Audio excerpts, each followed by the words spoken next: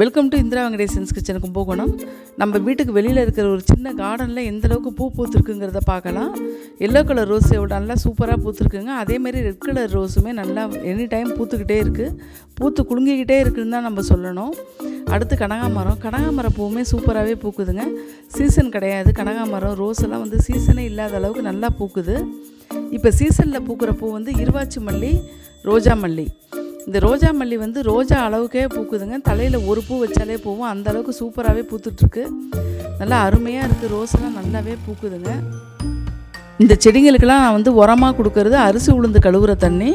ஒரு 10 ரூபா டீ தூள் பாக்கெட் வாங்கி நான் அப்படியே அப்பப்போ உள்ள செடிங்களுக்கு நான் பிரித்து அப்படியே கொட்டிடுவேங்க. டீயை வடிகட்டி தான் கொட்டணுங்கிற அவசியம் கிடையாது. இந்த வீடியோ உங்களுக்கு பிடிச்சிருந்ததுன்னா என்னோடய சேனலுக்கு சப்ஸ்கிரைப் பண்ணுங்கள், சப்போர்ட் பண்ணுங்கள், லைக் பண்ணுங்கள், ஷேர் பண்ணுங்கள், இன்ஸ்டாகிராம் ஃபாலோ பண்ணுங்கள். அப்புறம் இன்னொரு விஷயம் நான் சொல்லணுன்னா, செடிக்கு ஒரு 3 மாதத்துக்கு ஒரு தடவை டிஏபி நம்ம கொடுக்கலாம். காய்கறிக்கு மட்டும் கொடுக்கக்கூடாது. பூத்து நம்ம சாமிக்கு வைக்கிறோம், தலைக்கு வைக்கிறோங்கிறதுனால பூச்செடிகளுக்கு மட்டும் டிஏபி உரம் கொடுக்கலாங்க. தேங்க்ஸ் ஃபார் வாட்சிங்.